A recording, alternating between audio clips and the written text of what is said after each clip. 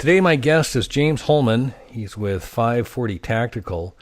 James is the owner of 540 Tactical Solutions, and they work with businesses to train and prepare employees for what to do when bad things happen and how to avoid bad things from happening.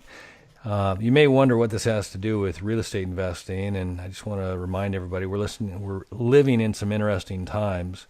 If you watch the news, I can almost guarantee you that there's going to be a story of a shooting, and whether it be at a school, a nightclub, or now even churches, it's just some interesting times we're living in. And I know a lot of my listeners are investing in C and D properties that may not be located in the crime-free neighborhoods. And so whether you show properties, you invest, manage, or you have a staff, this episode is what you may need to hear and share with others for yours and their safety. So given that premise, I invited James here to share some perspective and some tips on what you can do to stay safe. So James, welcome to CREPN Radio. Glad to be here. Thanks. Well, I'm excited to talk to you because I know one of our mutual clients referred me to you, and I was intrigued at first. So I think it's one of those things that I think a lot of people, including myself, would rather deny the need for, based on it's just something we'd rather pretend doesn't happen in where we are, kind of thing. But before we get into the program, if you could share with the listeners a little bit about your background and 540 Tactical. Yes, I'd be happy to. So just a bit about me and our team. Most of us are either current or former law enforcement. In my case, former law enforcement for several years, but have been living in that law enforcement, private security, consulting realm for a couple decades, actually. And so what we do at 540, we offer a variety of services. We have kind of our training component or training division where we train organizations or individuals in a variety of security or firearms or self-defense type things. Second division, or second thing that we do is we consult and or provide security services to a variety of professional organizations, a lot of faith-based properties, a lot of campuses, and things of that nature. That's kind of second thing that we do as well. And they really do work kind of in tandem, in conjunction. Obviously, they're related. And surprisingly, or not so surprisingly, you're absolutely right. Every day, every moment, really, you're going to see something on the news. And most of the trends continue to move or tick upwards with regards to property crime, violent crime every 5 seconds in America, property crime every 4 seconds in America. So there's obviously something going on constantly. Gotcha. So what are some of the issues facing property owners today? Two things. The traditional mindset would be, okay, we need to ensure that our property is secure, that we have cameras, we lock our doors, hopefully we don't get our vehicles tagged or our building tagged with graffiti, kind of your standard. And that's still alive and well today. And so kind of those common sense principles that have been around for decades still apply. However, there's some new dynamics that have really kind of popped up the last 10 years. The amount of property invasion or even properties under construction in terms of theft, those types of crimes are kind of going through the roof. And I think it's kind of part and parcel or hand in hand a little bit with the opioid epidemic. There's not even a mental health crisis. It's really beyond a mental health crisis in America at this point. We've got 1 in 5 people with some sort of mental illness, 1 in 20 with a serious mental illness, which doesn't make them a criminal. That doesn't necessarily, it's a risk factor. When you look at the drug epidemic and the opioids, you got to fund that. And that's not getting any better. It's getting worse. There's more people on welfare today than ever before. So they need to subsidize or fund that lifestyle. Well, quite often for the property owner, their property and the things and contents within. So if you're building, maybe it's the copper, maybe it's the supplies, or even if it's your property, these home invasions or commercial property invasions continue to actually increase because people need to fund their habits or their issues. On the flip side, or the second side, workplace violence is also a tremendous issue today, and we do a fair amount of work with larger corporations and small businesses to help them safeguard their teams, to safeguard their properties relative to workplace violence. Obviously, in the news recently, everybody is really kind of focused on mass shootings. Obviously, this whole sexual harassment thing the last couple months has really been big in the news, but very quietly, and it doesn't get a lot of reporting until there's a big enough body count, or the amount of workplace violence instances that happen every single day. And we get called every week from a company saying, hey, we have an at-risk employee, or we terminate, or we have a non-custodial parent, or something's going on in our workplace and we need to secure it. Very common. No, it's I think it's kind of scary when you do realize how prevalent it is. I mean, you mentioned the numbers. 1 in 5 have a mental condition, and 1 in 20 a serious mental condition, and then the drugs, and then even, like I said, the domestic stuff, whatever's going on at home, kind of thing. You just it all comes to. I mean, as much as we think we can shut the door and leave that at home or leave that at work, the reality is it comes with you, and you bring that with you everywhere you go and wherever you come in contact with. So whether or not it's you, it could be the people you associate with, or just the people they're associated with. Yeah, absolutely. When you hire somebody, you what you do, you really kind of open the door to their family, their friends, and their network.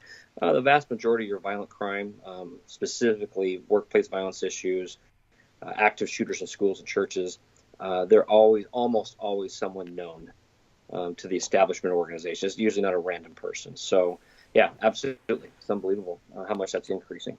Gotcha. So can we talk a little bit about when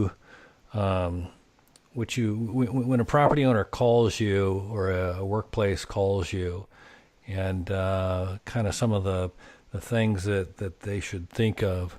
I'm thinking more of like an apartment, property, a couple hundred units, and you've got all sorts of people that are, families. It could be 400 or 500 people living in this one proximity, and they're not all well known to each other, kind of thing, but they're in close proximity, and just I'm thinking of the management, the staff, the residents, the owner, the property manager, the brokers, all the people that visit that property, on things that they can do to, or things they should be aware of. So maybe you could take us through what you would guide, or how you would guide a property owner like that. Yeah, you bet. So when we look at folks who own rental properties, apartment complexes, HOAs, multiple commercial properties, they all kind of sit in a similar position from a security standpoint. They each have kind of a unique thing going on relative to their investment property. But the number one, and you've already hit on, which is great, the number one issue out there by far, not even a close second, is denial. The sense that it's not going to happen to me, it's not going to happen to my property, it's not going to happen to my team, or it's not going to happen today. It's just something I see on the news. So really, the disturbing trend is probably less than 1 or 2% of the folks in the country really have an awareness that, hey, I need to do something. I need to take some proactive measures to make sure I'm not a soft target, but rather I'm a hard target. You cannot prepare for every eventuality. You can't prepare and make every rental property, apartment complex a UN compound. That's a given. But there are some certain best practices that you certainly can follow that we recommend. And it goes beyond just putting up some cameras, because really cameras are good, and cameras I think are necessary, but cameras are just really good for recording crime potentially, maybe solving crime, helping police. They don't necessarily have a deterring value all the time. They can, but there's no really hard data that says, hey, if I have cameras, it will deter all sorts of crime. That's actually not true. So we kind of recommend more of a full spectrum solution. So we'll talk about ensuring your lighting, your landscaping, your layout, with respect to your apartments. And I think most people do these types of background checks that we want to put in place, ensuring that the property management company and or the HOA is not the one necessarily providing the security services, because they're not trained to do that. So wrapping that type of cost into your overhead and hiring a professional company or service to come out and provide some security services, whether they're random patrols or whether they're periodic checks on things. We really strongly recommend those types of things. Got it. So let me ask you, I mean, I understand the different elements of like hiring a security service, and I'm assuming a lot of that, the value in that is just the presence of, that there's a visible presence of security that will help deter any outsider, et cetera. But what about just the place that nobody would suspect? I mean, everybody's living in, there's we don't have that here, and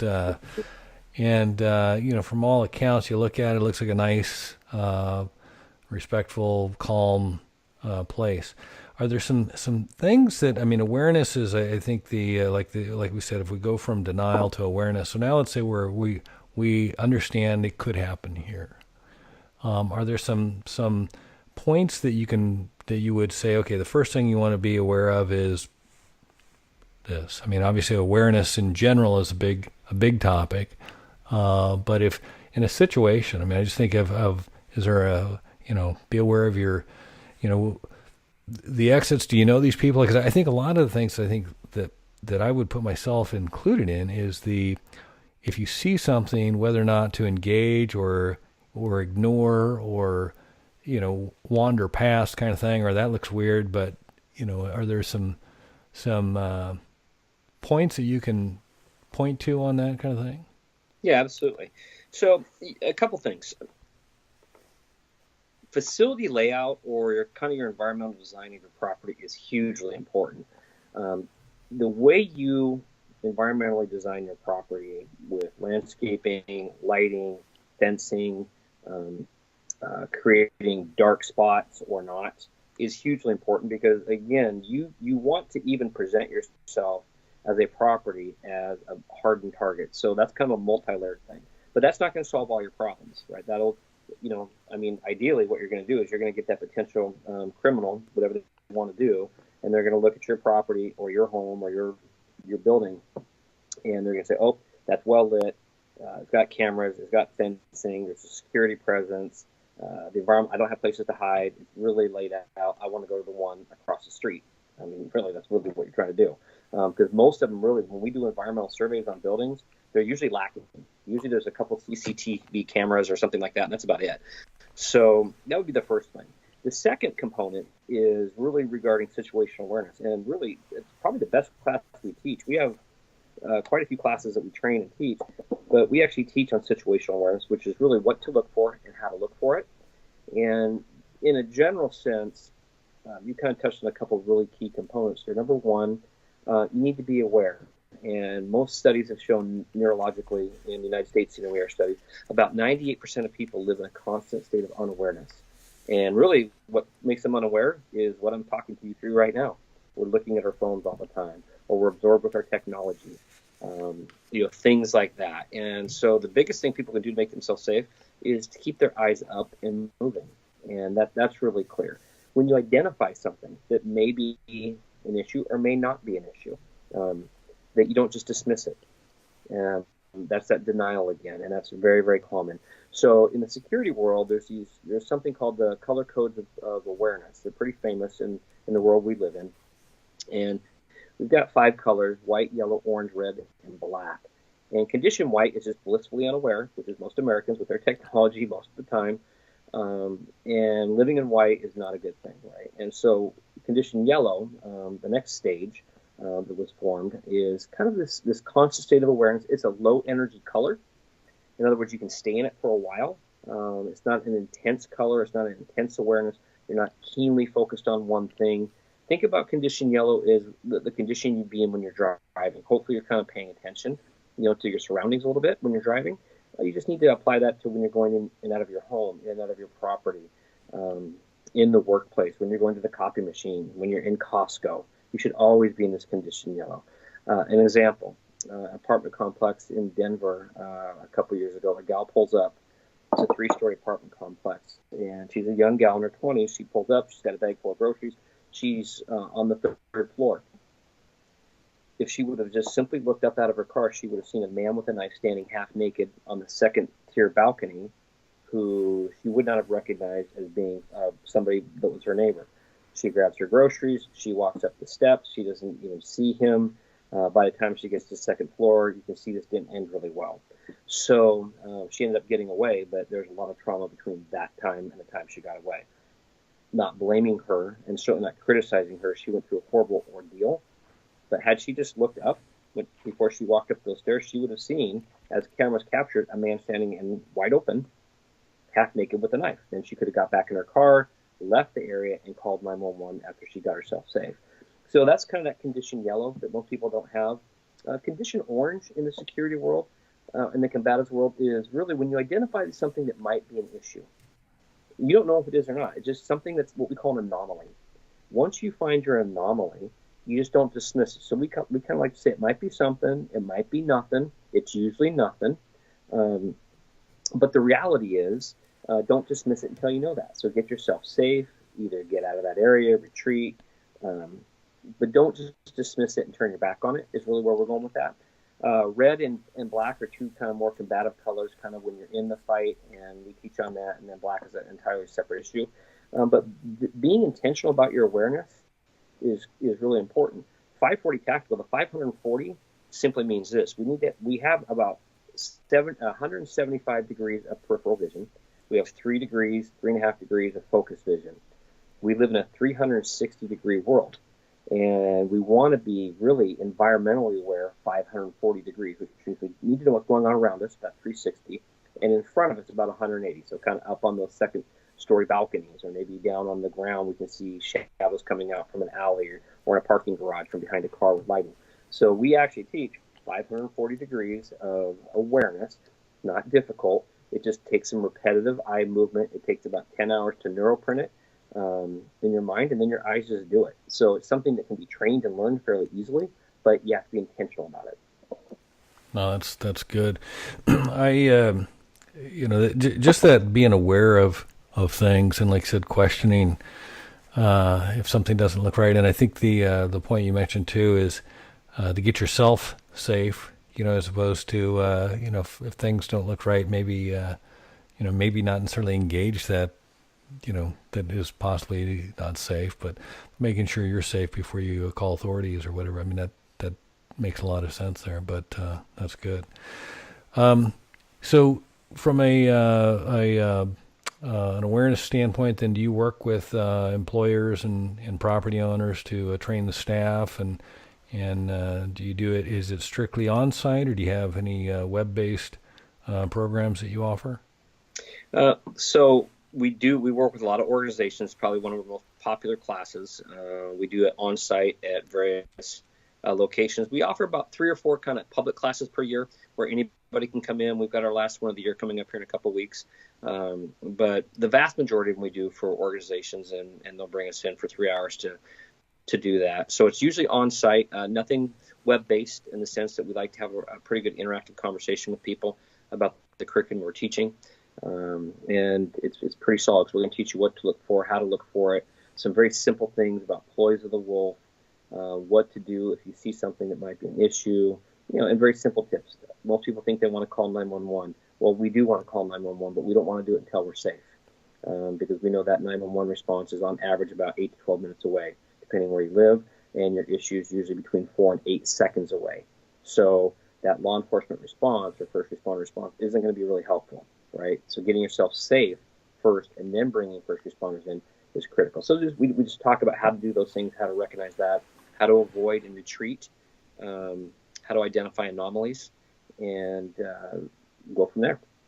That's great, James. This has been eye-opening. Like I said, I think I tend to like to live in the white space you spoke of, as opposed to even in the yellow. But even just the mindset of the 540, in front and around, that's made an impression on me right there, just as far as they kind of reminding me of what to be aware of, and just be aware of your surroundings. That's huge. Before we wrap this up, is there one thing that you'd recommend the listeners do today that if they're if they're concerned or wanting to learn more? Yeah, absolutely. Well, first, they can always reach out to us, and they can certainly reach out directly to us via our website, which is 540tactical.com, or just email me or call me, and the contact information is off our website. But the encouragement, and I get, because we get these calls literally several per day, and usually the calls when something has happened, right? Something has gone wrong. Someone was assaulted. Someone's property was vandalized, whatever the case may be, something's gone wrong. And the one thing I'll always draw people back to, because everybody wants to go into active shooter training right away, or they want to, they want to do helicopter SWAT takedowns of criminals, coming across their fences and their property. I'm like, that's not the place to start, right? The one thing people can do is really put your phone down, keep your eyes up when you're in restaurants, be aware when you're driving, be aware of your surroundings at all times. I'll leave you with this stat because it's very telling. The FBI did a study, and they interviewed 1,000 felons who had committed violent crimes against people. So we're talking rape, robbery, attempted murder. So these are people crimes. These aren't property crimes. And when they're interviewing, they're building the profile of what these felons and these violent offenders were looking for in a potential victim. And they didn't all come to the same conclusion in terms of the exact same word, but about 90% of them either said one word or the same concept. And really what they were looking for in an intended victim is someone who is unaware. When they saw someone aware, the vast majority would move on to somebody who was unaware, right? So if you're unaware, you're really inviting it. Now, the reality is most people think they're aware. That's where people fool themselves. Most people, if you ask them, are you fairly aware? Most people say, yeah, I think I'm pretty aware. And studies have shown about 98% of Americans, or people in it's actually a North American study, about 98% live in a constant state of unawareness. And so my comment to everybody is keep your eyes up, keep your head on a swivel. It's not paranoid, just be aware. Be aware. That's good. That's good. And you mentioned your website and your email, and I'll list that in the show notes. And so the listeners can get in touch with you. James, I've enjoyed our time together. I've learned a lot, and encourage the listeners to get in touch with you. And hopefully we can do this again soon. Awesome. Hey, thank you for your time, and have a great holiday season. All right. Thanks, James. Bye. And for our listeners, if you like the show, share the show with someone you know. You can either share it with on the share button on your podcast player, or you can send them a text with the link so they can learn more about James and the safety training he discussed. Remember, the more you know, the more you grow. That's all we've got this week. Until next time, thanks for listening to Commercial Real Estate Pro Network's CREPN Radio.